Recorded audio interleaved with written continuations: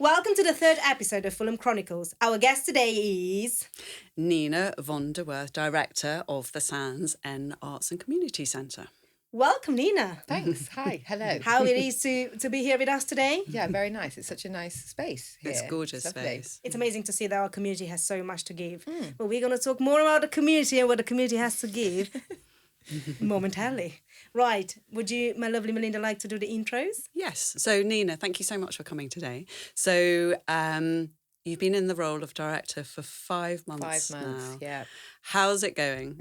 It's going well. Yeah, I feel I've just sort of managed to come up for air a little bit. The first 5 months, I think I was just trying to understand how the building works, who the community is, where my partners are, where the artists are, what's already happening. So yeah, just trying to get a grasp, I guess, of the space and of the place. Mm-hmm. I was previously working for Wandsworth Council, and so all of my networks were very Wandsworth based. Yes. And I think when you work for a council, borough boundaries are really important. They're not important to anybody else, but when you work for a council, those borough boundaries are really important. So all my artists, all my charities, all of my partners, everything are on the other side of the bridge. Yeah. And what were you doing previously before you stepped into this role? Because you've got more of a dance arts background. Yeah, so in Wandsworth, even for the council, I was running an arts programme as part of the Nine Elms regeneration. Mm-hmm. So sort of stewarding some of the Section 106 money, which is money that developers have to give to the council when they build in a place to mitigate the impact on local people. Mm-hmm. And I was specifically using that to run an arts and community programme there. And then previous to that, I was producing for a place called The Place, kind of unhelpfully, which is a dance organisation. So I was working in artist development and also producing shows. And I still independently... What type of shows? Dance shows. Okay. I still independently produce. So at the moment, I'm producing a show called Supernormal Extra Natural by some artists called Reckart and Rosenberg, which takes place in shopping centres. So we just premiered in Croydon in January, and it's like a cast of 50. You're not sure who's part of the show, who's not part of the show. Audiences listen to the show, to the sound of the show through headphones. Oh, wow. Oh, you're full of great, not to say amazing things. Yeah. So my background is more dance. I trained as a dancer originally, and then I've done dance making and dance producing and theatre producing, and then programming. I've also was working alongside my role at the council, which is full time. I was producing a dance festival for a venue in Croydon called Stanley Arts. So that I've done that the last 2 years, or 3 years, sorry. So yeah, lots of things all of the time. Amazing. Yeah. Well, I heard that you started in December, right? Why did you choose such a rewarding role? What brought you onto our land of Fulham? Brought me to Fulham. So most of my work so far has been in the subsidised art sector. So it's very dependent on grant funding. And I thought that this was an interesting challenge because the original Sands End Arts and Community Centre was knocked down because the council couldn't afford to run it anymore. And so this new one was built with the ambition that it would be independent from the council. So the council stewarded the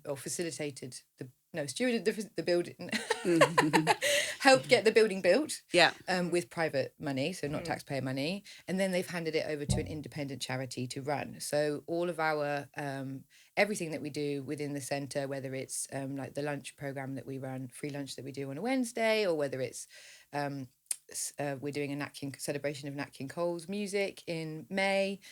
All of that is funded through income generation, and that felt like a really interesting challenge for me, given that previously all my work has come from grant fundraising. That's not to say we don't also do grant fundraising, but I was just interested in how art can stand on its own legs to a degree, and how you could fund an art programme through the hiring of a building or the running of a cafe, sort of how it all fits together. So the model I was very interested in.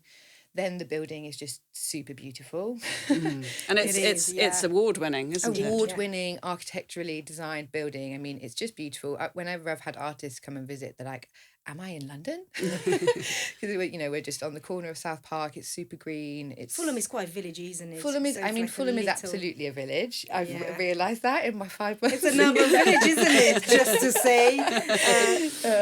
An urban village, exactly. But yeah, it feels, the space itself just feels. I don't know, like supportive of community and supportive of art. Where is your community spirit coming from? That's a really good question. I mean, I think my community is probably like the arts community originally. So I've always been interested in how, or rather, no, my community is wherever I am and how you engage wherever those people with art. That's the way around that I want to say it. So I feel super passionately about the ability of the arts, broadly speaking, to bring people together. I feel really passionate about the idea that art can challenge your perceptions on something or invite you to think in a different way.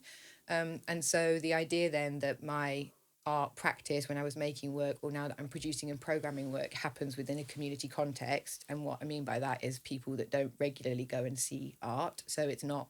Well, because it's not affordable to everybody. It's not affordable to everybody, or you've not, things are scary, or there's something unnerving about something that you don't know. So if you've not had that like access from a young age for whatever reason, then you might think something's not for you. And so when I was making my own work, I made a piece that toured pubs, and I made a piece that toured furniture shops. Wow, and that's it was super about creative. getting Well the done. work to different audiences. And so I've always been passionate about community, I think, in that respect.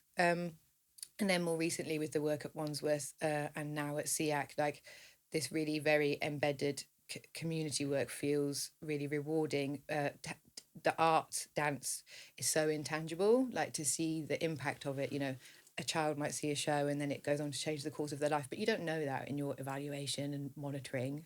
No, but it's fantastic, the fact that you're actually thinking about it. But you don't see it. Whereas when you work in a community centre, I'm looking at the programme, I'm thinking about the strategy, I'm thinking about the budget.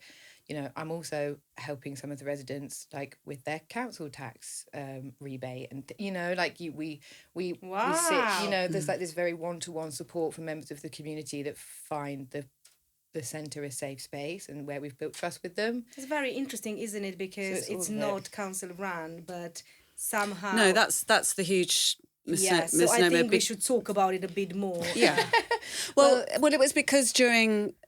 This all happened and it came exactly from a community space that was lost. There were a lot of locals who felt really strongly about that.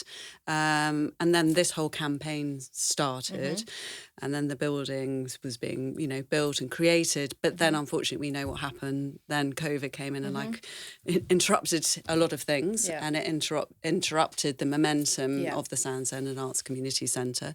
And I think that's probably was people's first taste, was going in and vaccinations. And then now you're trying to sort of, get back out there and get people in and using the space. And I mean, so it's hilarious how many people come up to me and say, "Oh, I have my COVID jab." That's their first, impression of the centre. I used to live on Hugon Road, so that was the park where I firstly took my son, and so we had our first COVID jab there too. Yeah. So it also sort of, because of COVID, it slightly missed its fanfare moment. So it never got to do its like, ta-da, we're here and this is what we're doing. Which in some ways is fun for me as a director that's joined 3 years in, because now I get to do that. Exactly. It all happens to do for a it how I reason, want to do it, which is quite nice. But this idea that we're not council funded is something that I'm really trying to like hammer home, I guess. Yeah, so people who can use the space, who can come to you and say they want to do something and absolutely hire it for a fee. That's all going back into the pot, which then goes back to the community. Yeah, everything that comes in funds the work that we put out. So if you come in and you buy coffee or you buy your croissant in the morning, that's going... Can I just say, this line here and this momentum here, I think is so important, because so many people have no idea. Like, chatting to people about the space. So, it's the one, owned by the council. Is it because the word community space takes them back to what community spaces used to be back in the day. And it's important to know that this particular one, it is not. So we need people to come to. We need people to use. Yeah, and if you don't use it, you'll lose it. Correct. Like we need I need people to be having their children's birthday parties there. I need people to be having their morning coffee there. I need people to be hiring the space for launch events or whatever you want. I also am interested in people coming to me with ideas where they maybe don't have money and they I'm really passionate about this artistic project that I'm doing, or I need a bit of rehearsal space. Not everything that we do is despite the fact that we're a commercial operation, not everything that we do has to be a commercial transaction. So if there's people that want to see, at the moment we're supporting 2 artists to run art therapy sessions there once a week. So and then we give them the space for free. We've helped connect them with people, like members of the community that we think would be interested. Who would benefit from it. Who are benefiting from it, exactly.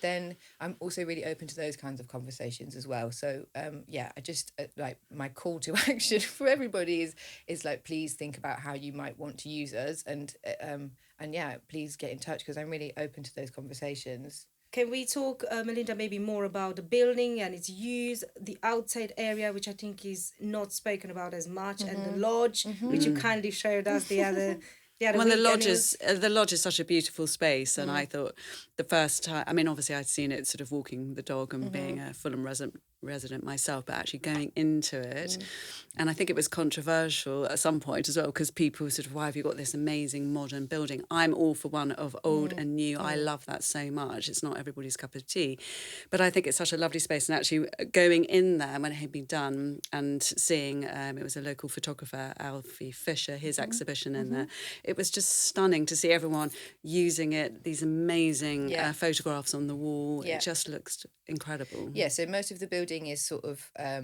timber, treated timber, and painted green and angular and modern, and a lot of glass. And then the lodge is the original park keeper's house, which is it's in the interior, it's just been all stripped back to the brick.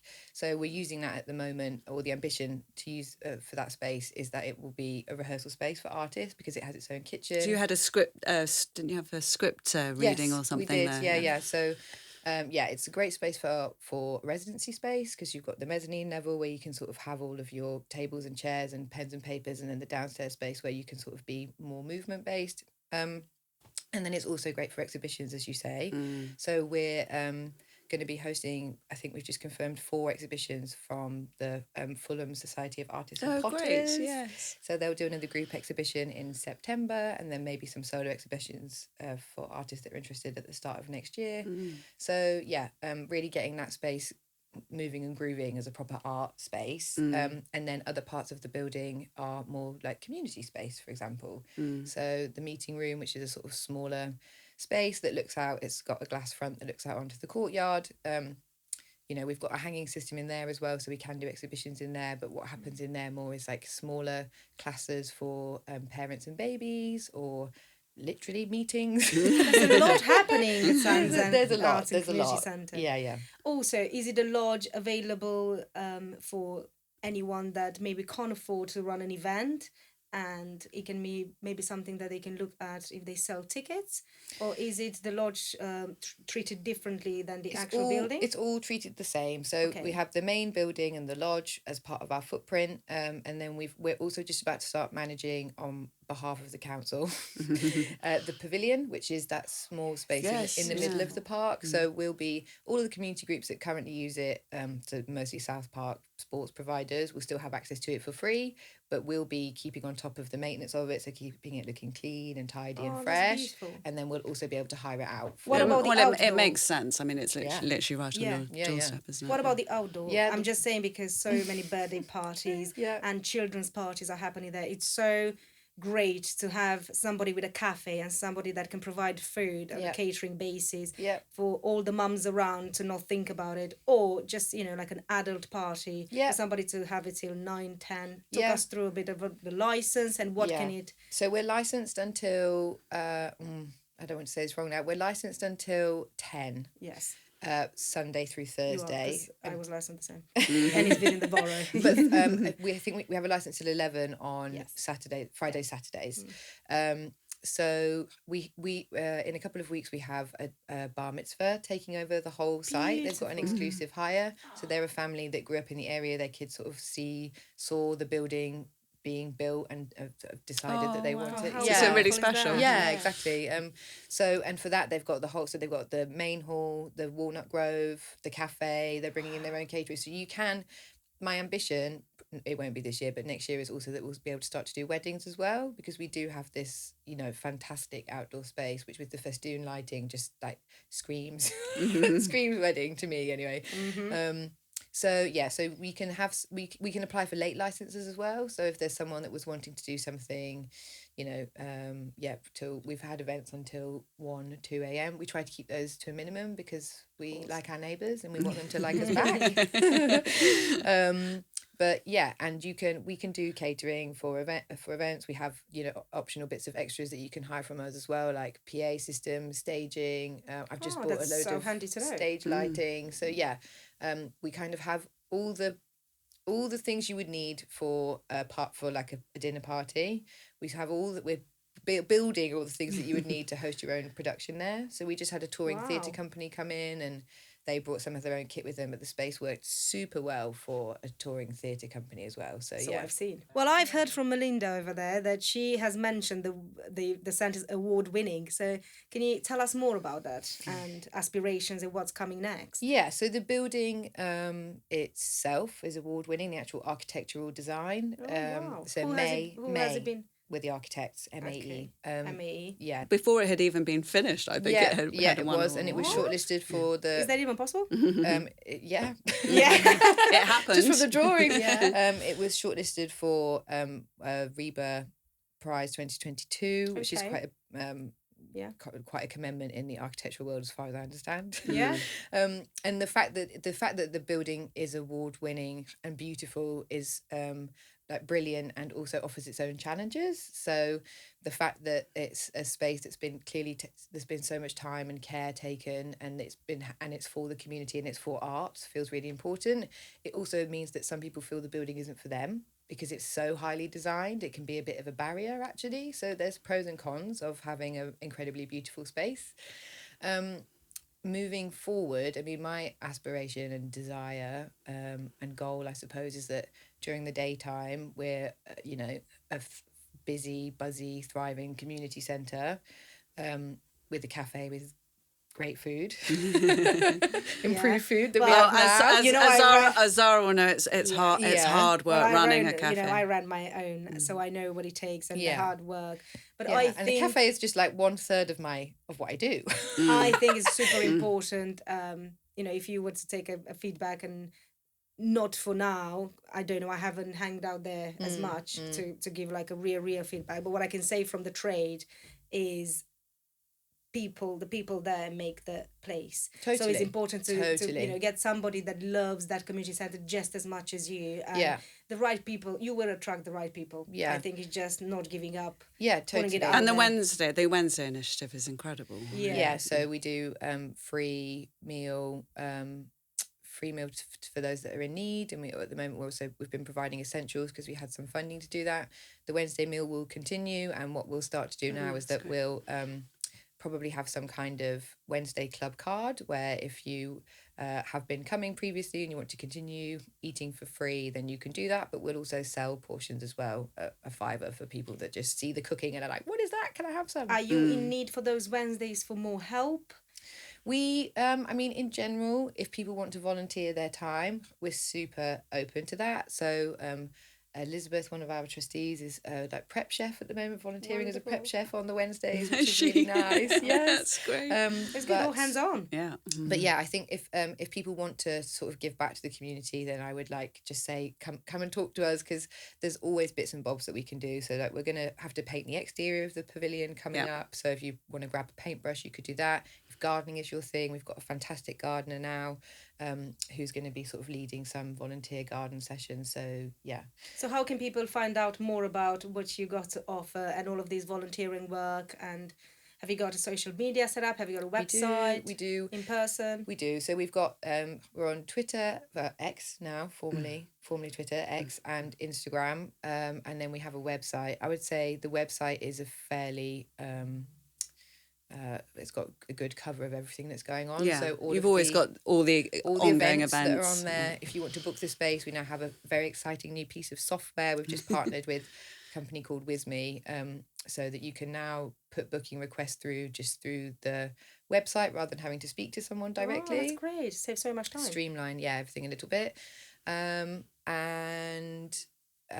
mean, also just dropping into the centre, like coming by to say hi. I am there all the time. Yes, there is a reception there. There's a receptionist there. I'm there all the time. So just really, again, that plea for people to come in and say hello and ask, I'm really up for stretching what that space can be. So if you've even got a request that feels like, a bit out there or a bit strange, like, please bring it, because, I'm only one person. My ideas only go so far.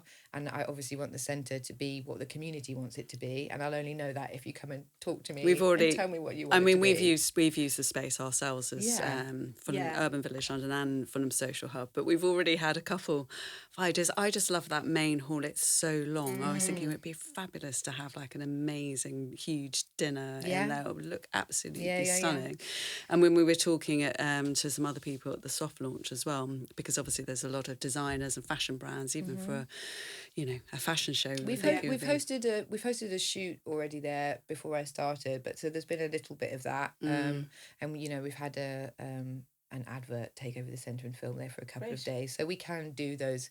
We can do really big, like we can do exclusive hires and total takeovers and use the whole space. We can also just do like a GCSE art project that just needs a little bit of space for a couple of hours. We can do both. I think it's important for them to know, maybe when we're going to have the time and be there ourselves, and if you need any help for us to shout out, please do get in touch with me and Melinda. We'll be more than happy to let them know that these are the dates available, because sometimes brands I think are a bit more, I won't afford the space, and it's such a beautiful space. It screams to them it's going to be expensive, and I think it's so important for them to know that you're there to help them and support them and grow together. I think that sentence for community should go together. Yeah, especially if it's someone that's local. That's a real priority for us. I think as well, anyone who's got space, like you said earlier, you just want to see it used. Yes, you want to see it busy. It's nothing worse than having a space. An empty space. No, it's like so painful. So anyone that's local and anyone also that's doing art. Like there's a lot of provision already for sport in the area. There's a lot of cafes in the area, but like I do feel like we're really well placed down in our corner of South Park to be a real provider for high quality arts activity. Do you know what I thought about just now? Actually, it just came to me. Have you ever thought about a takeover? Because there are so many cafes with a big name in the area. You could just offer them for a week to take over. Just week, maybe not forever. But it'd be so great because they will bring the clients and clientele from that side to your side and find out more. Yeah, we could look at it. Yeah. Is it possible for a cafe to have a to come to you with a project as big as this, or as... it's definitely possible for someone to talk to me about it. Wonderful, yeah. Important. Whether or not it's possible to action, I don't know. Always up for the conversation. I'm always up for the conversation. Yeah, I really can't repeat that enough. Like, just come and talk to me. Yeah. I was thinking as well, do you have you connected with local schools? I'm trying. Because I was thinking the French school next to it's that Duke of it's also that so Duke of Edinburgh schools. Ward. There's a volunteering section in it. Then that's actually really hard to fill sometimes because when you're quite young doing that, people don't want to charity shop necessarily take you on, or might be worth. Usually they go to church, right? Yeah. So all churches are. I think this is what it's important for people to know you're open. Yeah. You're open to anything and everything. And I would love to connect more with the schools. In my role in Wandsworth, I had a really good relationship with the schools where they sort of trusted that if I said I'm going to do something, it wasn't going to create them loads more work. Yes, because they're so under pressure. They're so stressed. They have so much to do. There's no resource. Like, I totally get it that when someone's like, I want to bring you my art project, they just see like mountains of work ahead of them. So I do get that, but I understand how to do it in a way that's light touch for them and still appropriate. And so, I'm working hard to try and build relationships with the local schools. Well, that's very interesting to know. Melinda here, I'm sure she can open some doors and introduce you to some people. Yeah, definitely. There's some people I'll connect you with. Great. Well, it's fantastic to hear that you want the community place to be buzzing. Have you got any plans in your mind of how can we do that from the morning till the evening? Well, you've got, I always go by, and I love seeing these locals that I recognise from when I had a dog, dog walkers coming in, having a coffee, get kids in the afternoon. But I think what people forget as well, sometimes when you've got events on, that they can have a glass of wine and enjoy. Exactly, and there's a lot of free events as well, right? So we're doing a sort of mix of programming coming up. So obviously that's my thing as a programmer and producer, is to sort of like really drive the arts offering at the centre. So coming up, we're doing our first comedy night on. Oh, is it like an open mic? It's not an open mic. Okay. It's he already runs the person that's sort of bringing in all of the acts. He already runs a comedy night at Riverside Studios. Oh wow, okay. Called Live next to, in brackets, the Apollo. And he's doing basically he's trialing us as another venue. So we're going to do it in the cafe. So it will be like a super sort of fun, relaxed, bit more informal space. Yeah, the acts amazing. Are apparently brilliant. It's like getting them, he's getting his hands on them before they sort of explode type thing. So yeah, we're super excited about that. That's obviously an evening offering. Tickets are £5. Oh wow, that's so good. Then we're doing celebration of Nat King Cole's music. Then we've got our monthly jazz cafe on a Sunday. That's sort of like late afternoon, early evening. I'm going to be doing free music in the Walnut Grove on a Friday evening for the second half of this summer term. So if you want to just swing by and have a glass of wine, as you say, or it's olives, peanuts. It's also quite hard sometimes to find some really nice alfresco spaces. Yes, that's a really beautiful. It's a really good one, and so that will be free because it's kind of in the park, and the idea is that buy a glass of wine from us and enjoy the free music type thing. I think we've got so many amazing things. Obviously, they're amazing. We've got so many fantastic things happening in our neighborhood, and especially in your side of the road. You're going to know now what I'm talking about, but the big one that usually happens in June, I think we're going to put you in contact with, and it will be so amazing. Of course, amazing. It would be so great to get them to come from the event itself afterwards and do like a soiree kind of a thing where they can mingle at the park because they're already dressed for the occasion. Yeah, and this is the thing, because we have the license and we have the Walnut Grove, we're working to do a sports day in the park with some of the sports providers at the end of June. And again, we're going to have a free music offering in the evening just to try and get people's head around the idea that you could drop in on a Friday evening and there might be something going on, or there will be something going on. Yes. And then I'm also looking at doing a bit of programming that's kids activities. So I'm hoping to launch story time, like storytelling. Because you do quite a lot as well during the summer holidays. We do a lot, but it's mostly people hiring the space and delivering their own activity. So we've got some fab partners who are with us all the time. Taka, Caterpillar Music, Little London Music. Sharky and George do bits and bobs with us. But just up the road, great neighbours. They did some amazing sessions for free for us actually at the start of the year. Yeah. So those are kind of all in there and ticking over. But we're going to start doing some of our own, where it's like me programming it and delivering. I won't be the person doing the storytelling. I'll be paying actors to do the storytelling. I was going to say, we know you're a good barista. Oh my god! So now you're a good barista. Now she's Tell me more. So now she's. I do almost everything. I'm not doing actually everything. Exactly. I was going to say, wow. Where do you find the energy? I draw the line there, but so story time for kids with sort of like actors performing, like the Tiger Who Came to Tea and that sort of thing on Saturday morning, and then also a forest school where kids go out and find stuff in the park and bring it back, and a facilitator helps them draw it or do printings with it. So some of our own kids activity as well, and then maybe a bit of I'd also like to do a monthly drink and draw. So again, it's your sort of facilitated art class, and included in your ticket price is a glass of wine, and more of an evening offering basically. Yeah. You know what I was very shocked to hear? What is it? What's the building in front of Parsons Green Station where they go and play? Bridge. Yes. Yes. I was shocked to hear how many ladies and gentlemen from my part of Fulham are going, and they are so committed to that. It would be great, to have a collaboration with them and just take them out of their comfort zone and offering it to the other parts of Fulham. Yeah, I mean, I've been talking to there was a games night that happened about a year ago, and I've been talking to the guy that ran that. He's also a local resident, and he was concerned that there wasn't any provision for sort of like 13 to 18 year olds. And I know as a programmer, it's really hard to engage that group of people. So the fact that he is one of those people and sort of like can just go to his network, so it would just be like basically a place for them to play board games or, I don't know, like actual handheld gaming devices. I'm not a gamer, I've got no idea. But the idea that we can, there can be these sort of formal classes that you book onto, or the idea that you swing by and listen to a bit of music or drop into a games night. We're kind of trialing. Well, also rather than kids, that age in their own bedrooms or online, rather than actually putting them in front of, they might meet other local kids. There's so many things going on. Yeah. It's great. Yes. This is super exciting. Everybody is going through this. I had to go myself and Melinda last and at our first ever episode. So we are asking an on-the-spot question, and fortunately or unfortunately for you... Well, I think it's your turn. It is, indeed. I don't even know what she's going to say. What was that? Oh, no, all of that. Am I that scary? Right, well, actually, I'm going to be very, not going to put you right on the spot, but still have a glimpse of it. So is there any funny stories you've got to...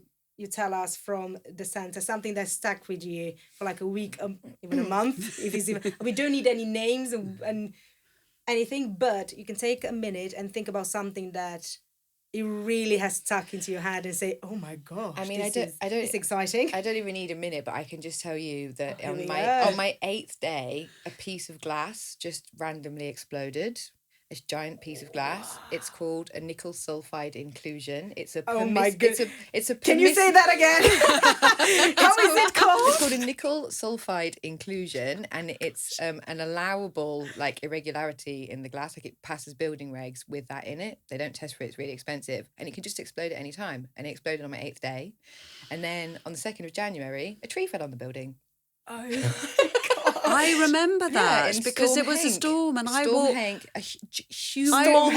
I walked past and I didn't see it actually happening, but I walked past and I could just see all these guys like ants all over the street. It's like, what on earth? Yeah, I watched it happen. I was sat in reception. I thought, oh God, that wind does not sound good. And then I just watched this huge tree literally just tip really slowly, thank goodness, sideways and land on the building. But it didn't actually do any... It blew a window out and it's pulled down all of the wall. I mean, I've only just got it sorted now. Like, what are we now? April. Yeah. I don't want to say anything about the architect that did that building, but well done, guys. You did a durable building. So you're safe in there, guys. So I don't know if it's funny, but that's a couple of memorable days, from my right first there. 5 months. Yeah, a piece of randomly exploding glass and a tree falling on the building. Where was the glass?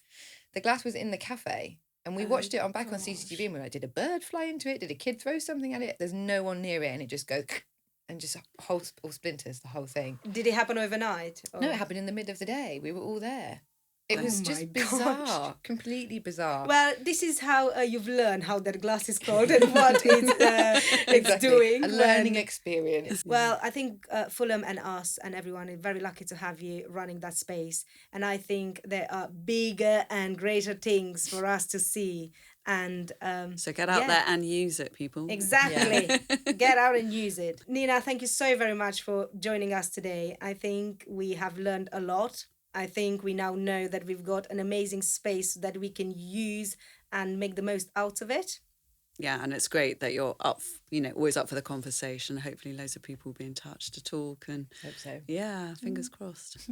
This is a wrap up, guys. Yes. We are going to see you next time.